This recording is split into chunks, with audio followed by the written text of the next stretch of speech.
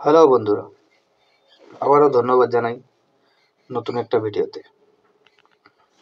তো বন্ধুরা, আজকে বলবো চা বাগানের রেড স্পাইডার মাইট বা লাল পোকা সম্বন্ধে। তো বন্ধুরা, চা হলো জগৎ বিখ্যাত একটা পানীয়। এই চা তৈরি হয় চা গাছের কচি চা পাতা থেকে। আর এই পাতা যদি কোনো রোগ পোকার আক্রমণে নষ্ট হয়, তাহলে চা চাষি অনেক ক্ষতির সম্মুখীন হয়। এমনই একটা পোকা দেখা যায়, লাল পোকা আক্রমণ। এটি লাল প্রকারের মাকড় বা রেড স্পাইডার মাইট। এমনিতে চা বাগানে অনেক পোকার আক্রমণ দেখা দিলেও লাল মাকড় এর উপদ্রব একটু বেশি।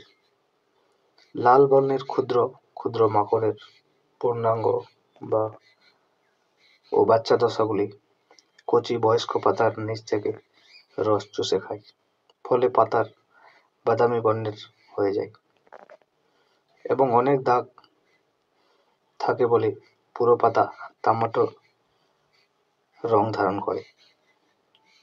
এই পোকা বেশি মাত্রায় আক্রমণ হলে পাতা গুটিয়ে যায় এবং ঝরে পড়ে।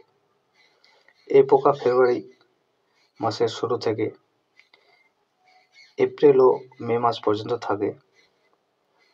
তাপমাত্রা বাড়লে এর পোকার উপদ্রব বেড়ে যায় বা আক্রমণ বেড়ে যায়।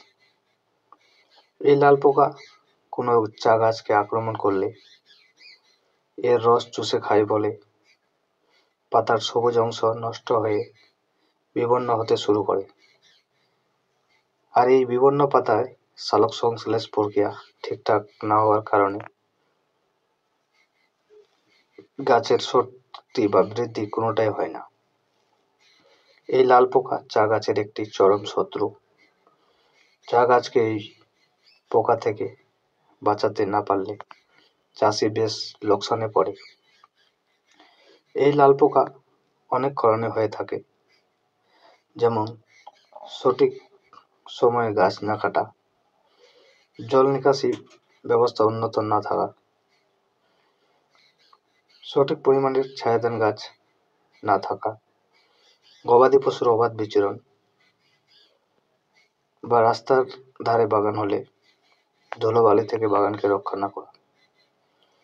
চা গাছের শত্রু এই লাল পোকা থেকে বাঁচানোর জন্য মাকড় আশ্রয়দাতা আগাছা পরিষ্কার করা, সঠিক পরিমাণ ছায়াদানকারী গাছ রাখা এবং সময়ে মেডিসিন ব্যবহার করা